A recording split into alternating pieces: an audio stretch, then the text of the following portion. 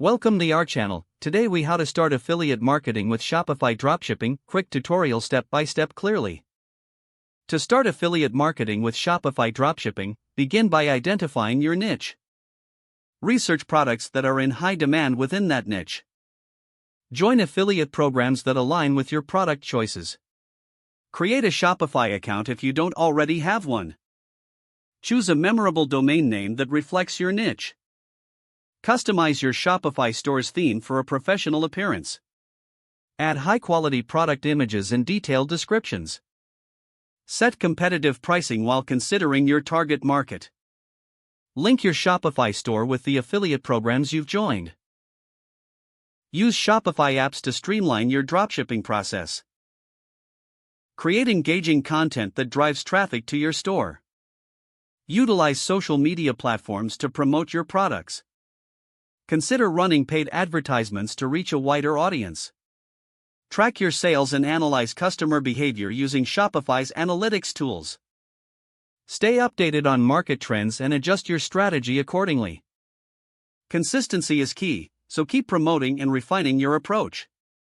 If the page does not load, refresh the browser or try again in a private or incognito window. Make sure you are using the correct email address, then retype it carefully to avoid small typos.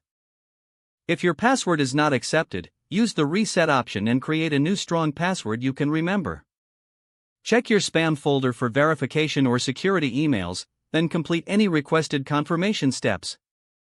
Enable two-factor authentication if available to improve account security and reduce unauthorized access risk. After signing in, review your profile details so your contact information and settings are accurate and current.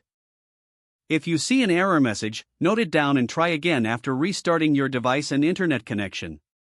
Log out when you finish, especially on shared devices, to keep your account and payment information secure. If the page does not load, refresh the browser or try again in a private or incognito window. Make sure you are using the correct email address, then retype it carefully to avoid small typos.